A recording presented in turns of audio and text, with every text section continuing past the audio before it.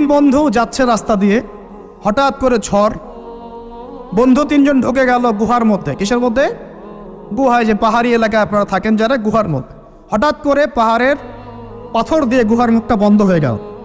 এখন খোলার কোনো অপশন নাই। সবাই বলছে এখন তিনজন, এখন তো আমরা বের হতে পারবো না, সবাই সবার নেক আমলের ওসিলা দিয়ে আল্লাহর কাছে দোয়া করো। কিসের ওসিলা দিয়ে? নেক আমলের ওসিলা দিয়ে দোয়া করতে হয়। যে হাদিস, এই ছেলে বলছে, যুবক ছেলে, আল্লাহ, আমার একজন চাচাতো বোন ছিল। কে ছিল? এই যে বয়ফ্রেন্ড গার্লফ্রেন্ড, খালাতো বোন, চাচাতো বোন। এখন তো বিচ্ছিরি অবস্থা। এখন এমন একটা অবস্থা, পশ্চিমা সভ্যতার রিপোর্টগুলো পড়ে দেখি, ভাইও বোনের সাথে জেনা করে না। ওদের ওখানে নিজের আপন পিতার দ্বারাও মেয়ে সেক্সুয়াল হ্যারাসমেন্টের শিকার হয়। ওরা আমাদেরকে শেখায় এখন ভালো কোনটা মন্দ। আর আমরা আমাদের মাথাটা কবে যে বিক্রি করে দিলাম, ওদের কাছ থেকে ভালো মন্দ শিখতে হচ্ছে। কোরআন সুন্নাহ বাদ দিয়ে ওদের কাছ থেকে ভালো মন্দ শিখতে হচ্ছে। তো চাচাতো বোনকে সে খুব ভালোবাসতো, তাকে সে পেতে চাইতো, মানে তার সাথে সেক্সুয়াল সম্পর্ক করতে চাই, সোজা কথা বল। এখন সেই মেয়েকে অনেক প্রস্তাব দেয়, সেই মেয়ে রাজি হয় না। শেষে বলে, যদি আমাকে 1000 বা 100 স্বর্ণ মুদ্রা দিতে পারো, দিনার, তাহলে আমি তোমার সাথে সেক্স করব, মানে জেনা করবো। নাউজুবিল্লাহ। তো সেই ছেলে অনেক কষ্ট করে এই টাকাগুলো বা এই দিনারগুলো অর্জন করে, কামাই করে, দিনরাত পরিশ্রম করে, ঠিক আপনারা যেমন করছে না।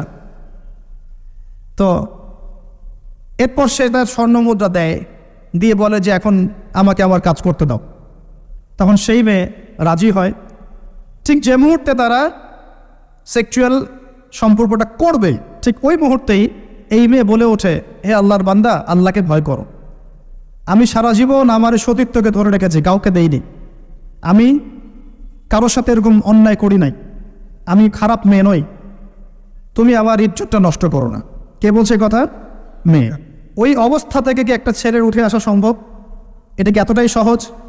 এটা কিন্তু সহজ না। সত্যি কথা বলতে এই বিষয়টা কিন্তু এতটাও সহজ না। যারা অবিবাহিত তারা হয়তো বুঝতে পারবে না, বিবাহিতরা বুঝতে পারছে।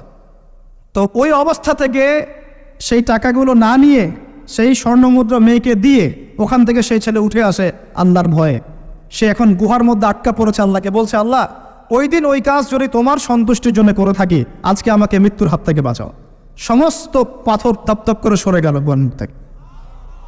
এটা কিন্তু কোনো গাল গল্প নয়, এটা বনু ইসরায়েলের ঘটনা, সত্য ঘটনা। এই হাদিস থেকে আমি আপনাকে দলিল দিচ্ছি যে যদি জেনার মতো পাপ থেকে আমি সরে আসতে পারি, সাক্ষাৎ মৌত থেকে আল্লাহ বাঁচাতে পারেন।